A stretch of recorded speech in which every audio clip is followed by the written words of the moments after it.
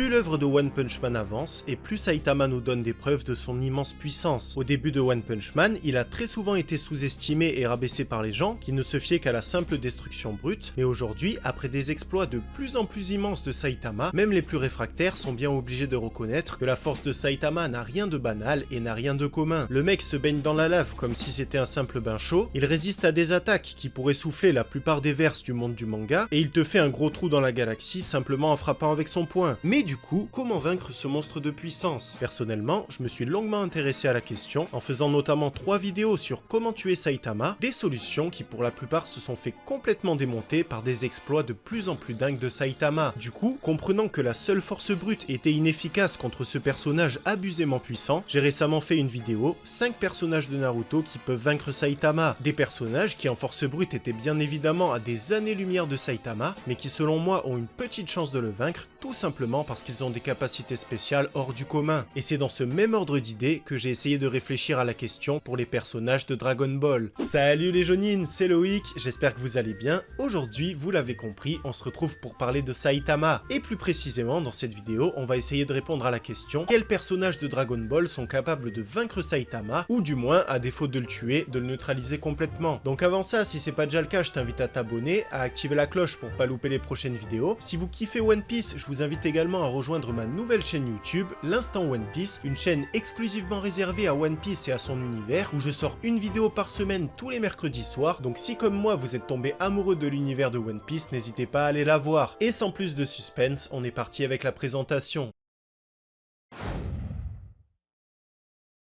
Alors dans ma vidéo justement sur 5 personnages de Naruto pouvant vaincre Saitama, j'explique que la seule force brute est inutile contre ce dernier parce que tout simplement la force et la résistance de Saitama n'ont rien de logique. Alors évidemment, à chaque fois que je dis ça, j'ai tous les amoureux du power scaling et des débats de puissance qui me tombent dessus en me disant que Saitama est juste classé au rang de multisystème solaire, qu'à côté de lui il y a des personnages qui sont beaucoup plus puissants comme par exemple Goku qui est classé dans la catégorie univers plus et qui ne comprennent toujours pas que la force de Saitama n'a rien de quantifiable et n'a rien de logique. Là, je suis quand même en train de te parler d'un mec qui va péter pour se déplacer dans l'espace, un homme qui va détruire Jupiter en éternuant, et un homme qui peut voyager entre les dimensions simplement en frappant avec son poing. C'est pour ça que je me tue à vous répéter depuis le début de ma chaîne YouTube que la simple force brute ne suffit pas contre Saitama. Et d'ailleurs, les 5 personnages que je vais te présenter dans cette vidéo sont très loin d'être les personnages que tu peux imaginer, parce que si on se basait uniquement sur leur force brute, en vue des derniers exploits de DBS, je peux vous dire que les personnages sont complètement hors jeu. Mais par contre, selon moi, ces personnages vont avoir une chance de vaincre Saitama, tout simplement parce qu'ils ont des capacités spéciales qui sont juste hors du commun.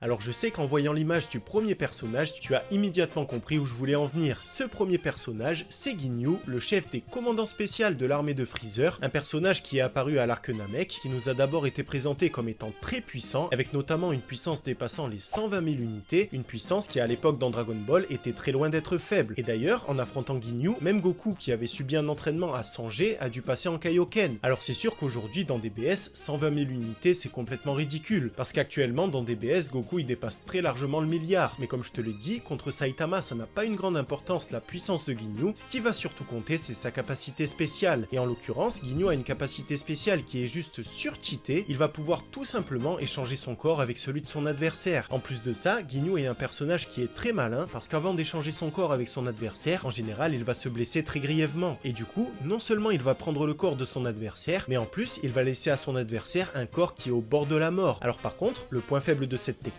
c'est que Ginyu, qui n'a pas l'habitude d'utiliser le corps de son adversaire, ne va pas pouvoir utiliser 100% de sa puissance. Et on l'a vu notamment contre Goku, Goku qui avec le Kaioken pouvait atteindre 180 000 unités, alors que Ginyu n'a pu atteindre que 23 000. Mais même si Ginyu n'a accès qu'à un petit pourcentage de la force de Saitama, au final ce sera suffisant. Et en plus de ça, en parallèle, tu vas avoir Saitama qui va perdre toute sa puissance parce qu'il va se retrouver dans le corps de Ginyu, un corps qu'il n'a absolument pas l'habitude de manier, et en plus de ça, un corps qui va être très grièvement blessé parce que Ginyu se sera blessé avant d'utiliser sa technique. Dans cet état-là, crois-moi que même avec 1% de la puissance de Saitama, tu peux tuer Ginyu et le désintégrer jusqu'à la moindre de ses particules. En plus, ce qui est intéressant avec cette technique, c'est qu'elle ne va pas s'en prendre directement au corps de Saitama, mais elle va s'en prendre à son âme. Au final, même si Saitama a la meilleure résistance du monde, une fois que son âme sera sortie de son corps, c'est terminé. Et comme tu le sais, pour le moment, dans tout One Punch Man, on n'a aucun adversaire de Saitama qui a essayé de lui prendre son âme. Donc jusqu'à preuve du contraire, c'est une méthode qui peut fonctionner. Alors par contre, il va falloir y aller aller par la ruse, parce que si Saitama comprend le danger de l'attaque, il va l'esquiver. Et au final, Ginyu va échanger son corps avec un oiseau, une grenouille ou tout autre personnage ou animal qui va passer par ici.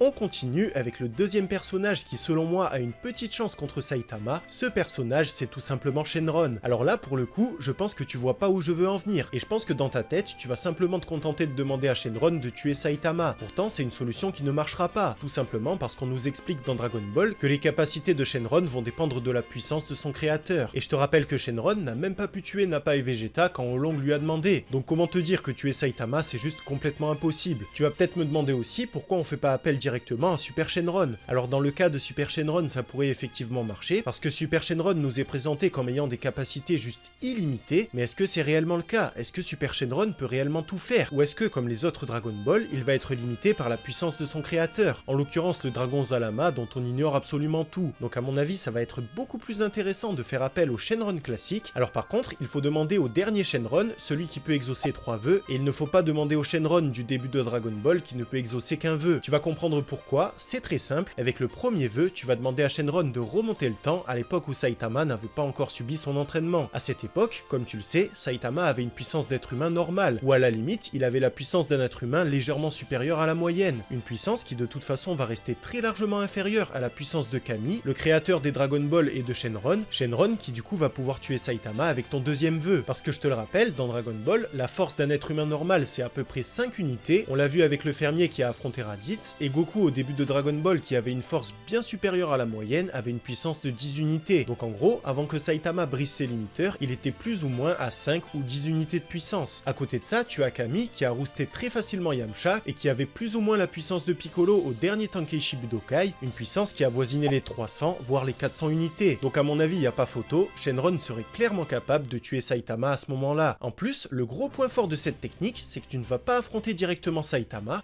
qui du coup ne va avoir aucune chance de briser ses limiteurs, parce que je te le rappelle, bien que l'entraînement de Saitama ait duré pendant 3 ans, il a supprimé ses limiteurs à un moment bien précis. En fait, il a tout simplement affronté un personnage qui était plus puissant que lui, il a eu un déclic mental, et à ce moment-là, il a brisé ses limites. Alors que si tu le tues avec un vœu de Shenron, il ne va pas voir le coup venir, il va mourir sans comprendre ce qui lui arrive, et il ne va pas pouvoir progresser. Et en plus, tu as aussi un troisième vœu à disposition, et si tu veux assurer tes arrières et être sûr que Saitama ne va pas rester en vie dans une autre timeline, tu peux demander à Super Shenron de fusionner la timeline du présent et celle du passé. Comme ça, en tuant le Saitama du passé, tu vas aussi tuer le Saitama du présent.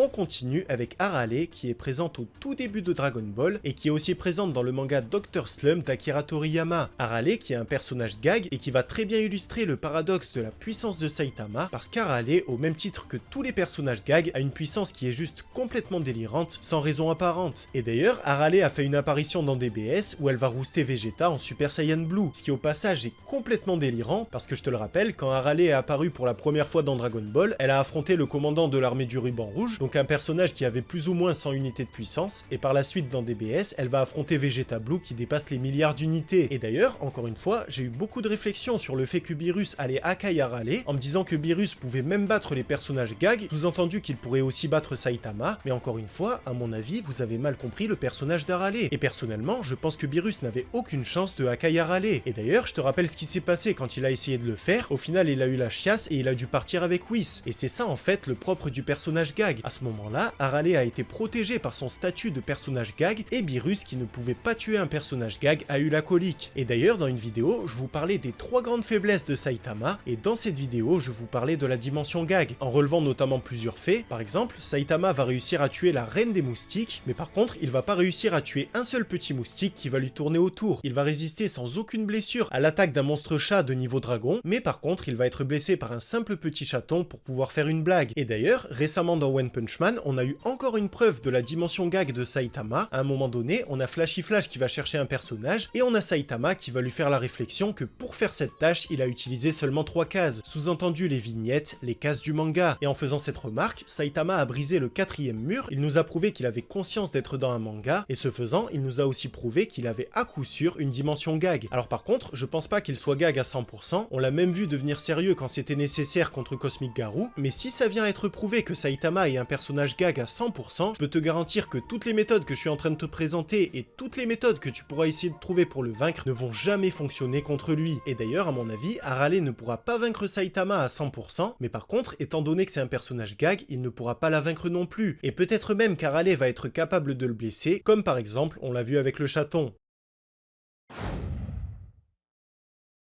On continue avec Dabla, un personnage qui était très puissant dans l'univers de Dragon Ball Z, mais qui bien sûr, aujourd'hui dans DBS, aurait lui aussi une puissance complètement ridicule. Par contre, Dabla a une capacité qui est très intéressante, une capacité qui à mon avis est très sous-cotée. Il a le pouvoir de cracher et de transformer tous ceux qui vont toucher son crachat en statue de pierre, et on l'a vu notamment avec Krillin et avec Piccolo. Et je précise que c'est une technique qui peut évidemment marcher contre des personnages qui sont plus puissants que lui. D'ailleurs, il a essayé de la faire sur Boo, mais Boo a esquivé l'attaque, il l'a fait sur Gohan, mais Gohan a pu enlever son gant juste à temps, mais si ces personnages avaient été directement touchés par l'attaque, à mon avis, c'est clair et net qu'ils étaient complètement foutus. Sauf peut-être Boubou, parce qu'il a la capacité de modeler son corps, et il aurait pu tout simplement détacher la partie de son corps qui était en train de se changer en pierre. Mais par contre, c'est une technique qui à mon avis peut fonctionner contre Saitama, qui a un corps d'être humain entre guillemets normal. Alors par contre, c'est évident que Dabla ne pourrait pas cracher son crachat directement sur Saitama, il pourrait pas l'attaquer de front parce qu'il se ferait one-shot en 2 secondes chrono en main, et en plus, Saitama qui d'habitude va encaisser les attaques de ses adversaires sans broncher, en voyant un crachat arriver sur lui, à mon avis, il ne va pas rester immobile. Donc la seule solution pour pouvoir avoir Saitama avec cette technique, c'est d'employer la ruse. Par exemple, il faudrait que Dabla se mette à tousser, qu'il simule un étouffement, que Saitama vienne pour l'aider, et qu'à ce moment-là, il tousse en direction de Saitama, et qu'il le touche avec son crachat.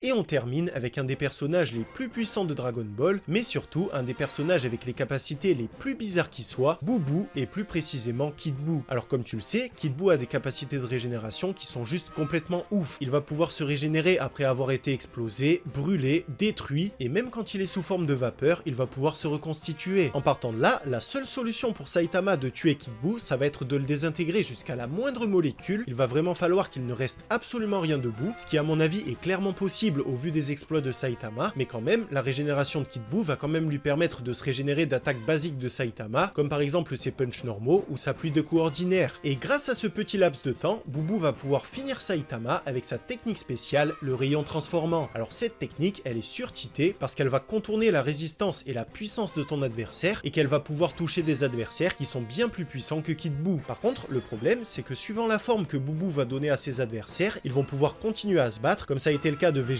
qui a été transformé en bonbon au café. Et à mon avis, le bonbon au café, c'est la pire des solutions que Boubou pouvait utiliser à ce moment-là, parce que non seulement le bonbon au café va rester dur, mais en plus, il va être très petit, et Boubou ne va pas réussir à esquiver ses attaques ou à contre-attaquer. Par contre, on sait que Buu peut transformer ses adversaires avec plusieurs transformations possibles. On l'a vu avec Dabla, justement, qui l'a transformé en cookie, on l'a vu avec Buu, qui l'a transformé en chocolat, et on l'a vu avec un humain qui l'a transformé en brique de lait. À mon avis, la meilleure solution contre Saitama, ce serait de le transformer dans une forme qui n'est pas du tout adaptée au combat, comme par exemple en flan ou en yaourt la laitière, une forme qui à défaut de tuer Saitama, va le neutraliser complètement en l'empêchant de contre-attaquer. En plus de ça, Boubou a aussi une autre technique qui pourrait vaincre Saitama, l'absorption des corps. Avec cette technique, Boubou va absorber ses adversaires qui vont devenir une part intégrante de sa personne. Par contre, le problème de cette technique, c'est que Saitama va la voir venir et va l'esquiver. Donc la seule solution, ça va être d'avoir Saitama par la ruse, exactement comme Buan l'a fait avec Végéto. Autre problème, je vois très bien Saitama être absorbé par Boubou et foutre le gros carnage dans son corps et le détruire de l'intérieur. Parce que même si Saitama à ce moment-là aura une taille réduite et une puissance réduite, à mon avis, il restera suffisamment puissant pour détruire Buu de l'intérieur.